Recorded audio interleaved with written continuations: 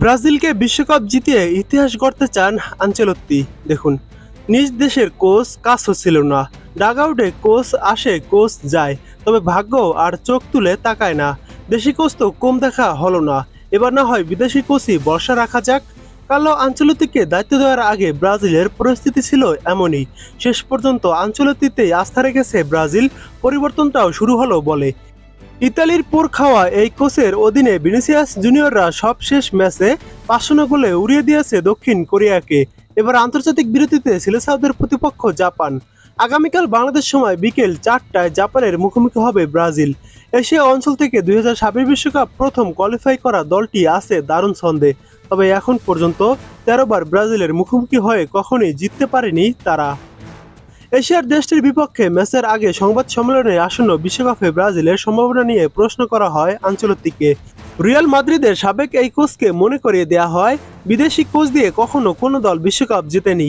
আনচেলত্তির জবাব ছিল, জীবনে সবকিছুরই একটা শুরু থাকে।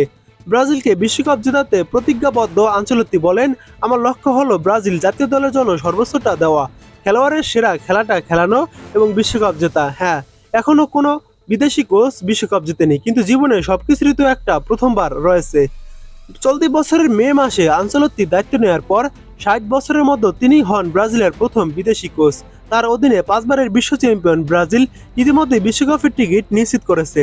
তবে বাছাই পর্বটা মোটেও ভালো যায়নি ব্রাজিলের। দক্ষিণ আমেরিকার বাছাই পর্ব থেকে পয়েন্ট তালিকায় পঞ্চম হয়ে বিশ্বকাপ নিশ্চিত করে নেইমার ভিনিসিয়াসদের দল।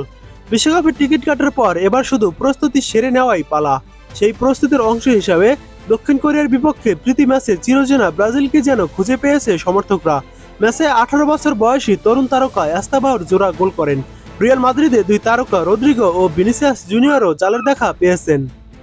এই জয়কে ব্রাজিলের অনেক ফুটবল সমর্থক মনে করেন যোগ্য বর্ণিত দর্শনীয় ফুটবল এর পুনরাগম হিসেবে দেখছেন। তবে আনচেলত্তির খেলার সৌন্দর্যের চেয়ে দলীয় সমন্বয়কে গুরুত্ব দিচ্ছেন। সুন্দর ফুটবল বলতে আমরা কি বুঝি সেটাও বোঝা দরকার। ব্রাজিলিয়ান খেলোয়াড়দের মধ্যে দারুণ ব্যক্তিগত গুণাবলী আছে, কিন্তু ফুটবলে শুধু সুন্দর খেলা নয়, দলীয় সমন্বয় ও বল ছাড়াও মুভমেন্ট খুব গুরুত্বপূর্ণ। দীর্ঘ সময় জাতীয় দলের বাইরে আছেন নেইমার। ৩৩ বছর বয়সী এই ফরোয়ার্ড চোটের কারণে নভেম্বর পর্যন্ত মাঠের বাইরে থাকবেন। ফলে বিশ্বকাপের আগেই স্কোয়াডে ফিরতে পারা নিয়ে সংশয় তৈরি হয়েছে।